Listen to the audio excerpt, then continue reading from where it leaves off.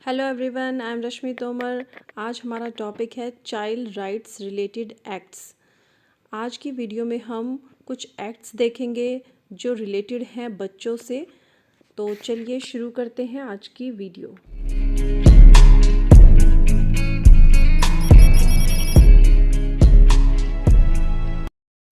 चलिए सबसे पहले हम देख लेते हैं POCSO act 2012। POCSO act protection of children against sexual offence. ये जो एक्ट है ये बहुत ही ख़ास एक्ट है। इसमें जो भी होता है वो बहुत ही अलग तरीके से काम इसमें किया जाता है। ये महिला और बाल विकास मंत्रालय ने 2012 में ये बना था बच्चों के प्रति जो यौन शोषण होते हैं, यौन उत्पीड़न होते हैं, पोर्नोग्राफी होती है, उनके विरुद्ध ये एक्ट काम करता है। जो बच्चों के साथ अगर कोई अश्लील हरकत करता है वो सब इसमें कवर किया जाता है। पॉक्सो एक्ट की जो सुनवाई होती है वो एक विशेष अदालत में होती है। ये इसकी एक ख़ास बात है। और ये जो एक्ट है ये पहले तो लड़कियों के लिए था, लेकिन अब नाबालिग लड़कों के लिए भी ये एक्ट काम करता है। और जो विशेष अदालत है उसमें भी विशेष तरीके से काम किया जाता है। देखिए इसमें जो भी कार्रवाई होती है वो एक कैमरे में हमेशा रिकॉर्ड की जाती है। और जो भी कोई मामला आता है 24 घंटे के अंदर वो CWC बाल कल्याण समिति, चाइल्ड वेलफेयर कमेटी को हमें इसकी सूचना देनी पड़ती है। और मामले की जांच जो है वो एक लेडी डॉक्टर करती है। जो भी इसमें जांच की जाती है वो दर्द रहित तरीके से की जाती हैं। और इसकी जो ख़ास बात ये है कि जब इसकी क्रॉस क्वेश्चनिंग होती है, यानी कि जब बच्चे को, पीड़ित को और आरोपी को जब क्रॉस क्वेश्चनिंग होती है तो आमने सामने नहीं बैठाया जाता। ये माना जाता है कि ऐसा ना हो कि बच्चा उस आरोपी को देखकर कहीं डर जाए, सही से बात ना कर पाए, या हो सकता है उस आरोपी ने उसे डरा धमका रखा हो कि किसी को कुछ नहीं बताना।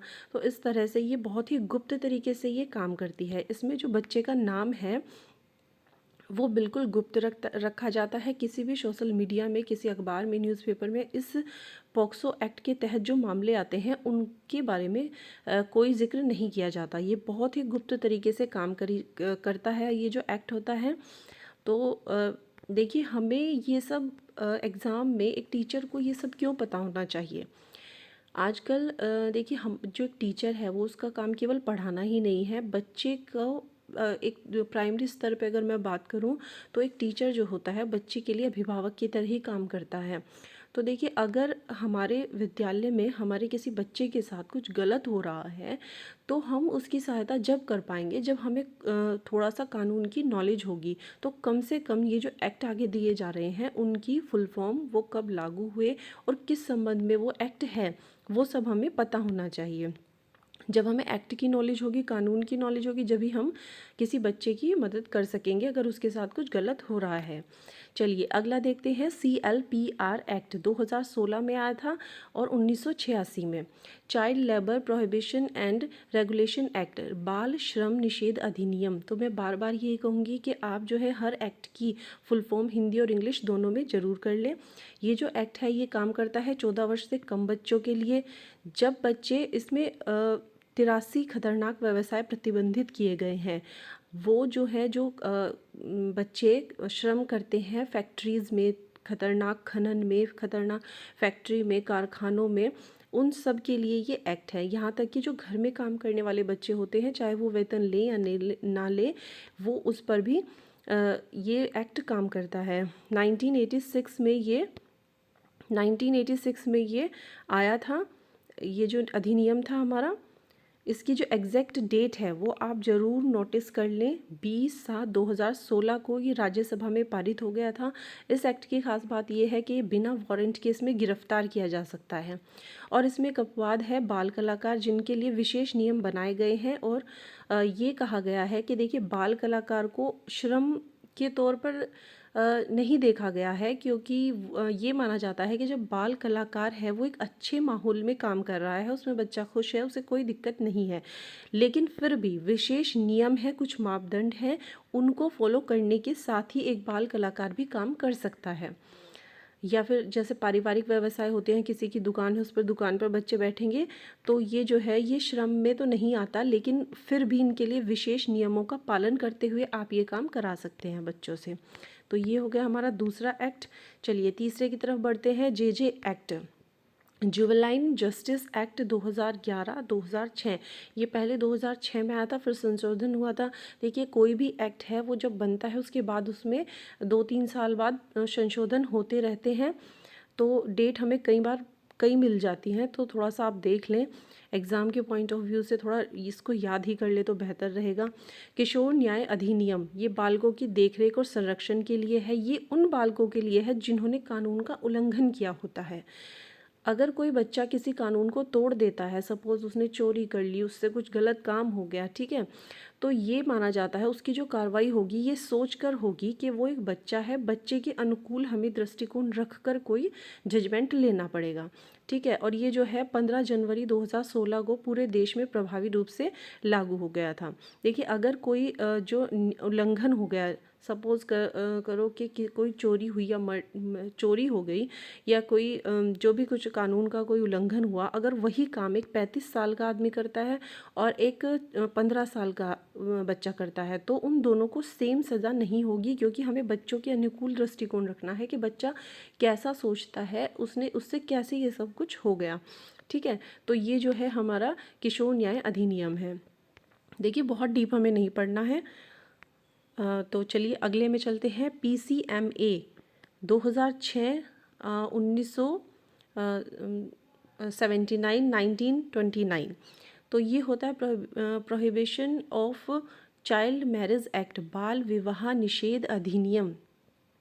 इसकी जो एग्जैक्ट डेट है वो आप ज़रूर ध्यान से देख लें। 1/11/2007 को ये पूरे देश में लागू हुआ था। इसमें जो न्यूनतम आयु है वो जो है पहले तो थी महिलाओं की 18 और पुरुषों की 21, लेकिन 2021 में संशोधन कर दिया गया, दोनों के लिए ही 21 कर दी गई है। और ये जो नियम है ये सभी धर्मों पर लागू होता है। ऐसा नहीं है कि कुछ धर्म के लोग या किसी कम्युनिटी के लोग ये कह दें कि हमारे यहाँ इसी कम उम्र में ही शादी की जाती है तो उनको कुछ छूट मिल जाएगी। उनको कोई छूट नहीं मिलेगी। किसी भी कम्युनिटी, किसी भी रिलीजन को ये छूट नहीं मिलेगी इससे कम वर्ष के बच्चों की शादी करने के लिए। तो ये सभी धर्मों पर, सभी कम्युनिटी पर लागू होता है एक समान तरीके से। चलिए अगला देखते हैं। PCPNDT 2003-1994। ये है हमारा pre conception pre natal diagnostic techniques, गर्भ धारण पूर्व और प्रसव पूर्व निदान तकनीक। देखिए आपने देखा होगा अल्ट्रासाउंड वालों के यहाँ लिखा रहता है कि यहाँ पर प्रसव पूर्व लिंग की जांच नहीं की जाती है, एक कानूनन अपराध है। तो वो जो अपराध है वो इसी एक्ट के तहत अपराध कहा गया है।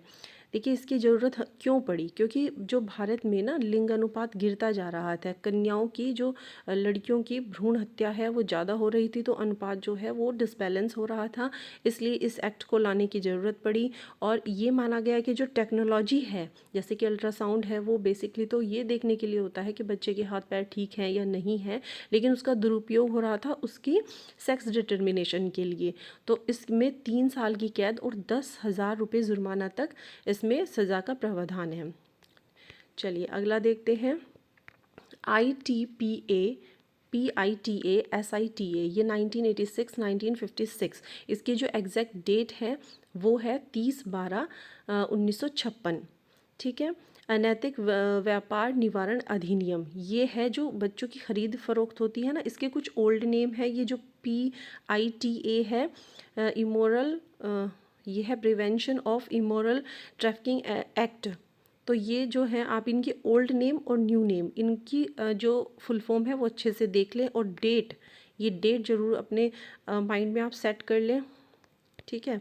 अब ये एक्ट किसके लिए है, जो बच्चों की खरीद फरोख्त की जाती है। वैसे तो सभी व्यक्तियों की बात है इसमें, लेकिन बच्चों के लिए स्पेशली काम करता है। अगर किसी बच्चे को कहीं से किडनैप करके उसे बेच दिया गया है, उसे प्रोस्टिट्यूशन में लगा दिया गया है, या फिर उससे भीख मंगवाई जा रही है, ये सब काम जो करते हैं ये इसी एक्ट के अंदर आते हैं। और फिर इसमें जो है ये देखा गया कि चलो बच्चे को बचा तो हमने लिया, लेकिन उसकी देखभाल कैसे होगी, तो ये एक्ट फिर उस पर भी काम करता है। इसीलिए देखिए यही होता है, संशोधन इसीलिए किए जाते हैं कि सपोज 1956 में बना दिया कि हाँ बच्चों की खरीद फरोख्त नहीं होनी है, अब उन बच्चों को छुड़ा लिया, लेकिन आगे कोई नियम नहीं था कि अब इन बच्चों का करना क्या है, तो हो सकता है इसीलिए इसमें संशोधन किया गया हो।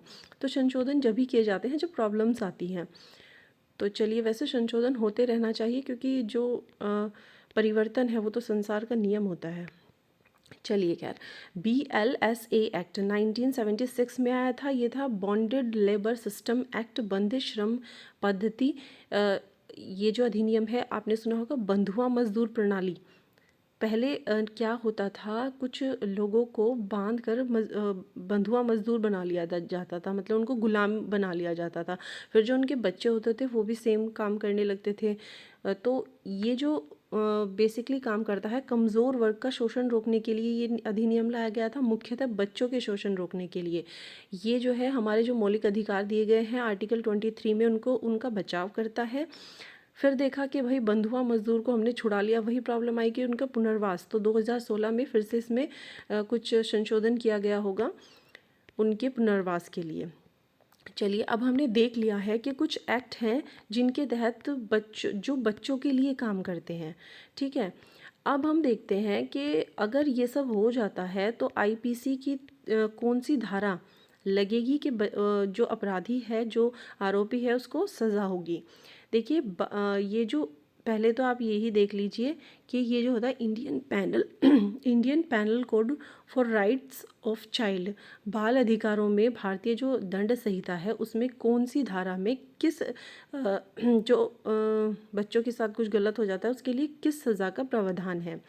तो देखिए सबसे पहले हम देख लेते हैं सेक्शन 86। इसमें 12 वर्ष से कम जो बच्चा है परिपक्वता प्राप्त नहीं होने के कारण अपराधी अगर माना गया है तो ये उसके लिए काम करा जाता है। देखिए 86 में ये कहा गया है कि जो 12 साल से कम का बच्चा है, सपोज़ उससे कोई अपराध हो जाता है, सपोज़ उसने चोरी कर लिया, मर्डर उससे हो गया, तो ये उसको वो सज़ा नहीं मिलेगी जो एक बड़े व्यक्ति को मिलेगी, क्योंकि ये माना जाएगा कि अभी वो परिपक्व नहीं हुआ है, उसको अभी पता ही नहीं है कि उसने क्या किया है। तो उसको जो सज़ा मिलेगी वो इसी जो 86 है उसके तहत मिलेगी, ठीक है। उसके बाद देखिए सेक्शन 292, इसमें अश्लील सामग्री का प्रकाशन। अगर कोई व्यक्ति जो भी अश्लील सामग्री है उसे पब्लिश करता है या उसे सर्कुलेट करता है, खासकर बच्चों के बीच में, तो उसको जो सज़ा मिलेगी वो सेक्शन 292 से मिलेगी। और इसमें जो है अगर किसी भी वीडियो में, किसी फ़ोटो में अगर आप अश्लील फ़ोटो में बच्चों का यूज़ कर रहे हैं तो ये सब इसी के अंदर आएगा। चलिए अगला देख लेते हैं सेक्शन 305। ये 18 वर्ष से कम व्यक्ति को आत्महत्या के लिए उकसाना अगर किसी ने किया है तो वो इसके अंडर आएगा। इसमें देखिए 18 साल से कम को ही बच्चा माना गया है। चलिए अगला देख लेते हैं सेक्शन 317, माता पिता या अभिभावक द्वारा बच्चे का परित्याग। अगर किसी ने अपने बच्चे को कहीं छोड़ दिया है, किसी अभिभावक ने या माता पिता ने, तो उसके लिए क्या होगा वो सेक्शन 317 हमें बताएगा। अगला देख लेते हैं सेक्शन 361, 18 वर्ष से कम का पुरुष हो अगर और 16 साल से कम की महिला हो, तो अगर उसका किडनैप हो जाता है तो उसके खिलाफ सेक्शन 361 में कहा गया है। देखिए ये आपको लर्न ही करने हैं, बेसिकली इसमें समझाने का इतना कुछ नहीं है, आप नाम से ही इसको समझ जाएंगे। मैंने थोड़ा सा कोशिश भी की है लिखने की कि थोड़ी सी मैं लाइन बढ़ा दूं कि आप उसको पढ़ने के बाद, वीडियोस देखने के अगर आप 10 दिन बाद इसे पढ़ते हैं तो आपको रिकॉल हो जाएंगी चीज़ें।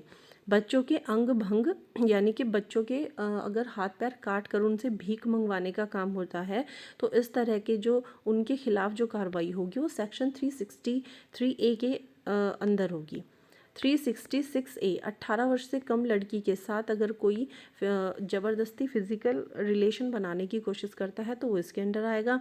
और 66B में 21 साल से कम लड़की के साथ अगर कोई ज़बरदस्ती फ़िज़िकल रिलेशन बनाने की कोशिश करेगा वो इसके अंडर आएगा। अब देख लेते हैं सेक्शन 369, 10 वर्ष से जो छोटे बच्चे हैं अगर उनको किडनैप करके उनके माता पिता से पैसे मांगे जाते हैं तो सेक्शन 369 हमें बताएगा क्या होगा।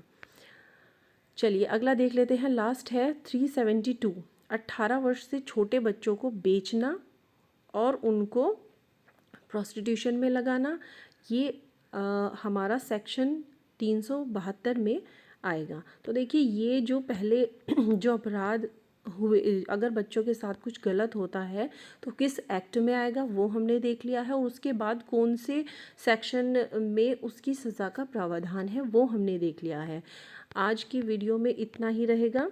आप इस वीडियो इसकी जो पीडीएफ है उसको एक बार ध्यान से आप देख लें, पढ़ लें। कोशिश मैंने यही की है कि आप उसको पढ़ने के बाद आपको समझ ही आ जाएगा। चलिए अगली वीडियो में मिलते हैं। Thank you.